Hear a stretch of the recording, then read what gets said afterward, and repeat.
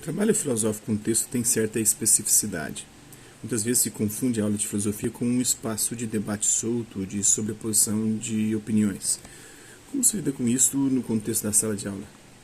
É sempre um processo no qual se tenta sempre aprofundar e tornar mais rigoroso o trabalho com o conceito, o trabalho com os argumentos, a compreensão das perspectivas filosóficas que são enunciadas em cada texto. Mas não posso dizer que há garantia de que se deem grandes passos em uma turma do ensino médio, independentemente das condições que se tem. Acho que é uma tentativa mesmo. Cada professor tem de experimentar com sua turma maneiras de ir desenvolvendo o trabalho especificamente filosófico, para não ficar apenas uma noção vaga de crítica sem ser capaz de especificar o que significa uma perspectiva crítica, uma certa perspectiva crítica em filosofia. Eu acho que o desafio do ensino médio é dado também para a matemática, é dado para a história, é dado para a biologia, para a física. É muito difícil concentrar a atenção, atrair para o debate. E, por outro lado, não é só na idade própria para o ensino médio que as pessoas podem ser dadas a banalidades. Ao contrário, a banalidade, a futilidade, a dispersão, ser guiado por paixões, no mau sentido do termo, tudo isso pode acontecer em qualquer época. Ou somos cativados pela polidez do espírito ou pela rudeza. Eu acho que este desafio se dá para velhos marmanjos e não apenas para adolescentes. O adolescente, em geral, pode ser agarrado com muito mais inocência e facilidade. Talvez seja mais facilmente doutrinável no momento em que está formando a sua personalidade. A aula de filosofia pode virar uma espécie de catecismo religioso. É perigoso o professor se valer disso, se impor com verdade, trazendo verdades, ao invés de trazer a nossa tradicional procura de verdades, ou seja, renovar este gesto de procura. É muito mais fácil para o professor supostamente despejar a sabedoria, e isto é fácil para a autoridade dele e um desastre para os alunos. Para finalizar, como veem a presença da filosofia em espaços informais e na mídia? Esses novos espaços não podem ser ignorados nem desdenhados. São instigantes, sobretudo para a realização pessoal de intelectuais naturalmente talhados para o domínio da expressão. Embora tenham tudo para serem frustrantes, se temos em conta autênticos ganhos filosóficos.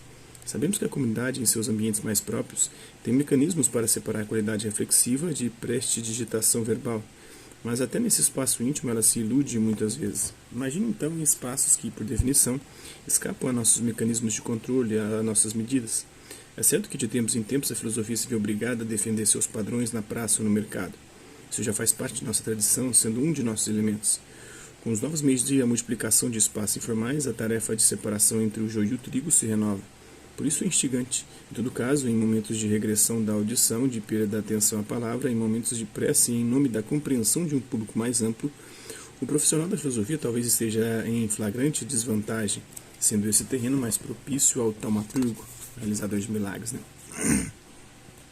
Parece-me boa a formação para a formação escolar, pois dá um sentido da relevância social da filosofia.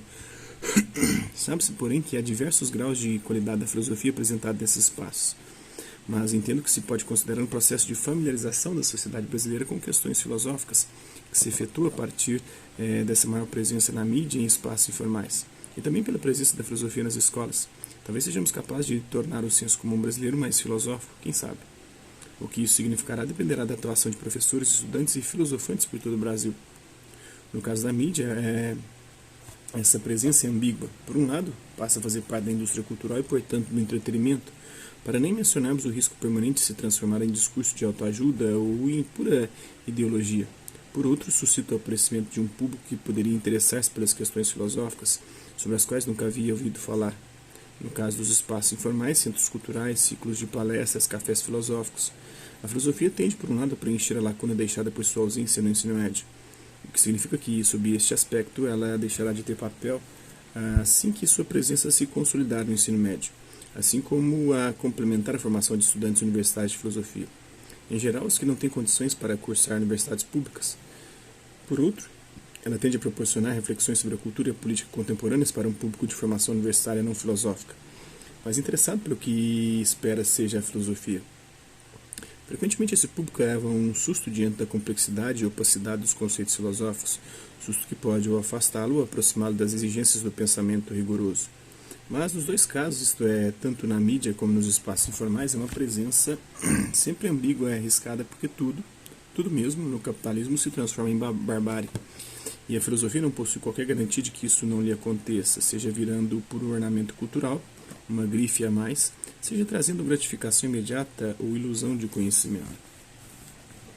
Capítulo 2, História da Filosofia Antiga, começar pelo diálogo o texto de Gabriele Cornelli, que é professora adjunta do Departamento de Filosofia da Universidade de Brasília, pós-doutora em Filosofia Antiga pela Unicamp e pela Universidade degli Studi de Nápoles, doutora em Filosofia pela USP, atualmente presidente da Sociedade Brasileira de Platonistas, é coordenador do Grupo Arcai e editor da revista Arcai, As Origens do Pensamento Ocidental.